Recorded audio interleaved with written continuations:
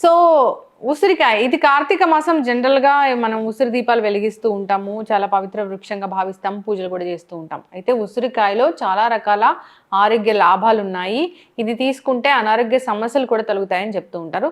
So ఓవరాల్గా ఉసిరి గురించి మనకు తెలియని విషయాలు ఏంటి, ఆరోగ్య ప్రయోజనాల కోసం ఏ విధంగా తీసుకోవాలి, వివరాలు తెలుసుకుందాం.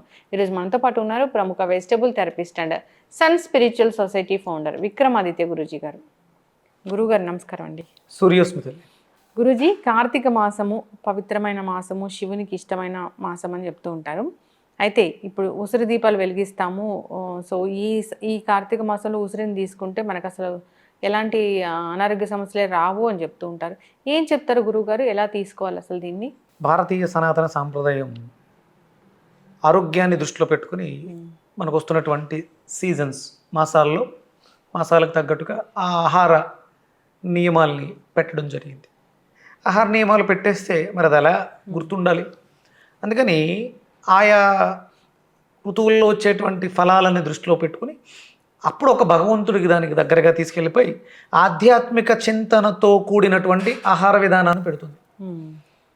ఇప్పుడు మనకి దేవుడి దగ్గర పెట్టినటువంటి పదార్థాన్ని అప్పటి వరకు మనం తిన్నటువంటి పరమాన్నం, బెల్లము, ఆవు పాలు, బియ్యంతో తయారు చేసినటువంటి పరమ అన్నాన్ని భగవంతుడి దగ్గరికి వెళ్ళగానే ప్రసాదం అయిపోతుంది. ఏదైనా అంటే అప్పటి వరకు ఉన్నటువంటి ఫ్రూట్ ఏదైనా సరే, అరటిపండు ఆయన దగ్గరికి వెళ్ళగానే అరటిపండే, కానీ దాంట్లో ఒక దైవీకమైనటువంటి శక్తి యాడ్ అవుతుంది. అది అప్పుడు ప్రసాదంగా మారిపోతుంది. అంటే మనకి అవసరమైనటువంటి శక్తిని ఇవ్వటానికి మారుతుంది తన రూపాన్ని ప్రసాదంగా.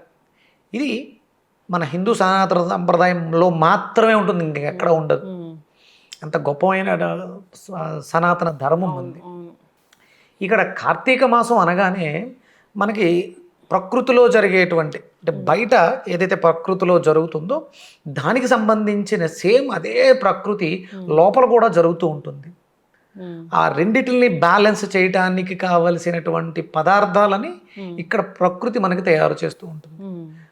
సంవత్సరం అంతా చెట్టు ఉంటుంది, ఉసిరి చెట్టు అక్కడే ఉంటుంది. కొత్తగా తీసుకొచ్చి కార్తీక మాసంలో నాటం అంటే ఇప్పుడు ఏదో మనకి కార్తీక పౌర్ణమి రోజు ఉసిరి కొమ్మని తీసుకొచ్చి నాటడం, లేకపోతే తిలుకుల ద్వాదశి రోజు ఉసిరికి తులసికి పెళ్లి చేయటం, ఇలా కొమ్మలతో చేస్తూ ఉంటారు. సహజంగా ఏంటి అంటే వీటి విస్తృతి పెంచాలి, దీని అవసరం భవిష్యత్తులో చాలా ఉంటుంది.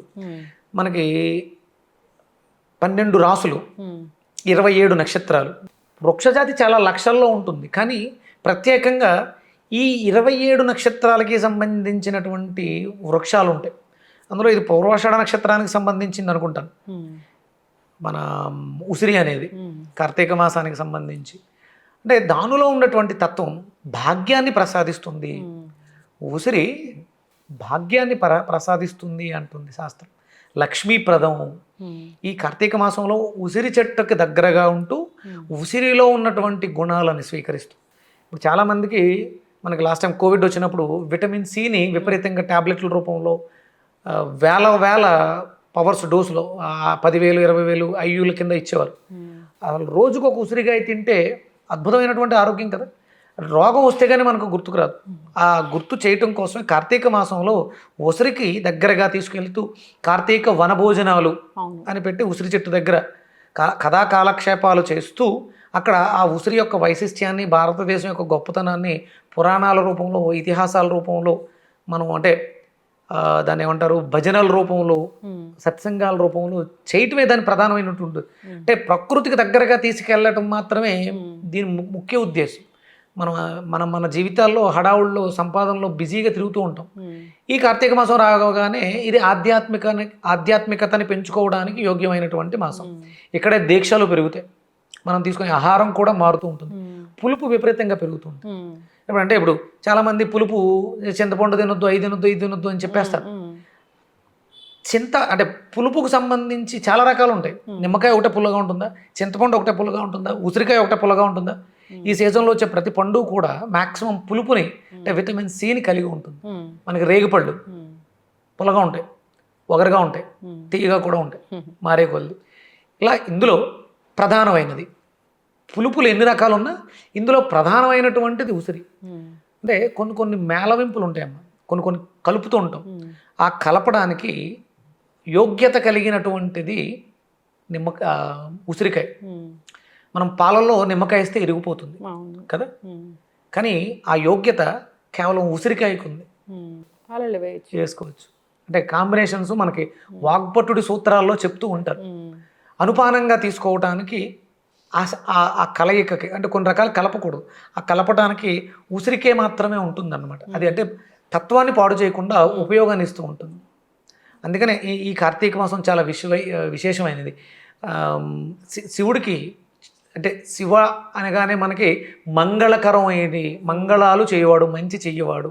అందుకని ఈ కార్తీక మాసంలో శివుణ్ణి ఆరాధించడం, దీపాలు పెట్టుకోవడం, అది ఉసిరి దీపదానంగా కూడా ఇస్తాం, దాని మీద ఒట్టు పెట్టు. అంటే నాకు యోగ్యాన్ని ఇచ్చింది, నీకు నేను అది దానం ఇవ్వడం ద్వారా మరింత యోగ్యాన్ని నీకు నాకు కలిసి చేకూర్చుగాక. అంటే మన సత్సంబంధాల్ని, బాంధవ్యాలను కూడా గట్టిగా బంధనాల్ని బలోపేతం చేస్తుంది ఉసిరి. మన ఆరోగ్యంలో ఆరోగ్య వ్యవస్థ, వ్యాధి నిరోధక శక్తిని, ఇమ్యూనిటీని, ట్యాబ్లెట్లు, సిరప్లు ఎందుకమ్మా? సో రోజుకు ఒక ఉసిరికాయ తినొచ్చు కదా మనకు. అందుకనే పూర్వీకులు నేర్పారు ఉసిరి పచ్చడి పట్టుకోవడం ఎలా, నిలవ పచ్చడి పెట్టుకోవడం ఎలా, సంవత్సరం అంతా దొరికే విధంగా విపరీతంగా కాస్తుంది. అన్నిటినీ మనం వాడుకోవడం ద్వారా ఉసిరి ఇచ్చే ప్రయోజనాలు అద్భుతమైనటువంటి ప్రయోజనాలు. ఖచ్చితంగా గురువు గారు. అంటే ఈ సీజన్ అంతా కూడా దొరికినంత కాలం పచ్చిగా రా రూపంలో తీసేసుకోవచ్చు. కుదరకపోతే దాన్ని శుభ్రంగా ఎండబెట్టి చూర్ణంగా తీసి దాచుకోవచ్చు.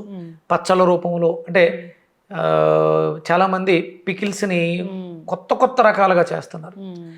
నిలవ పెట్టడానికి ఒక ప్రాసెస్, పాత పద్ధతులు ఏవైతున్నాయో ఆ పద్ధతుల్లోనే చేయాలి తప్ప కొత్త పోకళ్ళకు పోతే పదార్థం చెడిపోయి అనారోగ్యాన్ని చేకూరుస్తుంది. అయితే జనరల్ గానే ఉసిరితోనే అనేక రకాలుగా చేసి తీసుకుంటూ ఉంటారు, క్యాండీస్ కూడా చేస్తారు. సో ఎలా చేసినా కానీ ఈ ఉసిరి దాని గుణాన్ని కోల్పోదు అని చెప్తూ ఉంటారు. శుభ్రంగా మీకు చేయగలిగితే ఉసిరికాయలు దెబ్బ తగలకుండా ఉన్నటువంటి ఉసిరికాయలు తీసుకుని ఒక అర కేజీ, పావు కేజీ తీసుకుని శుభ్రంగా కడిగి తుడిచి ఆరబెట్టి తడంతా ఆరిపోయిన తర్వాత బెల్లాన్ని తీసుకోండి. పాత బెల్లాన్ని, నల్ల బెల్లాన్ని తీసుకోండి. ఒక అర కేజీ ఉంటే అర కేజీ బెల్లం తీసుకోండి. ఈ అర కేజీ బెల్లాన్ని మెత్తగా పొడి కొట్టండి. ఈ ఉసిరికాయల్ని ఒక గాజు సీసా కానీ జాడీలో కానీ ఒక లేరు వేసి, పైన ఒక లేరు బెల్లం వేసి, మళ్ళీ ఇంకొక లేరు ఉసిరికాయలు పేర్చి, మళ్ళీ ఇంకొక లేరు ఇలా వేసి, దాంట్లో కొంచెం దాల్చిన చెక్క, ఇలాచి కొంచెం నీటిలో వేయించి పొడి చేసి పెట్టుకోండి. దాన్ని, ఆ పొడాన్ని దీంతో పాటు కలిపి ఆ పొరలుగా వేసి శుభ్రంగా గాలి కూడా చొరబడకుండా గట్టిగా మూత కట్టి చీకటిగా ఉండే డార్క్ ప్లేస్లో పెట్టండి. వీలైతే జాడీకి కానీ గాజు బాటిల్కి కానీ క్లాత్, బరకం ఏదో చుట్టేయండి.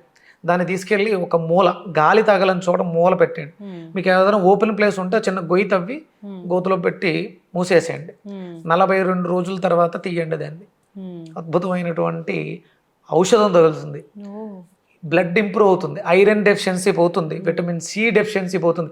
వేలకు వేలు అయ్యి అమ్ముతున్నారు మార్కెట్లో విటమిన్ సి అవసరంలా. రోజు 1-2 స్పూన్లు తీసుకుంటే అద్భుతమైనటువంటి ఆరోగ్యం. సో వీలైనంత వరకు ఆ విధంగా తయారు చేసి తీసుకోవాలని కోరుకున్నాం. వీలు అవ్వనప్పుడు కాంబినేషన్ ఆఫ్ ఫుడ్ లాగా తీసుకోవచ్చు, లేదంటే రోజు ఒక ఉసిరికాయ తీసుకున్నాం. మనకి బయట మార్కెట్లో కూడా ఉసిరాసవ సిరప్ దొరుకుతుంది. ఉసిరాసవ, దశమూలారిష్ట ఇలా సిరప్స్ వైద్యనాథుడు డాబర్ కంపెనీలో వాళ్ళు ఉన్నాయి కదా, అందులో కూడా ఉసిరాసవ దొరికేస్తుంది. ఇది దానికన్నా ఉత్తమమైంది, మనకు మనం సొంతంగా చేసుకోవాలి. చాలా చక్కటి ఇన్ఫర్మేషన్ అండి ఉసిరి గురించి. అందరూ కూడా తీసుకోవాలని కోరుకుందాం, ఆరోగ్యంగా ఉండాలని కోరుకుందాం. ధన్యవాదాలు. సూర్యస్మిత.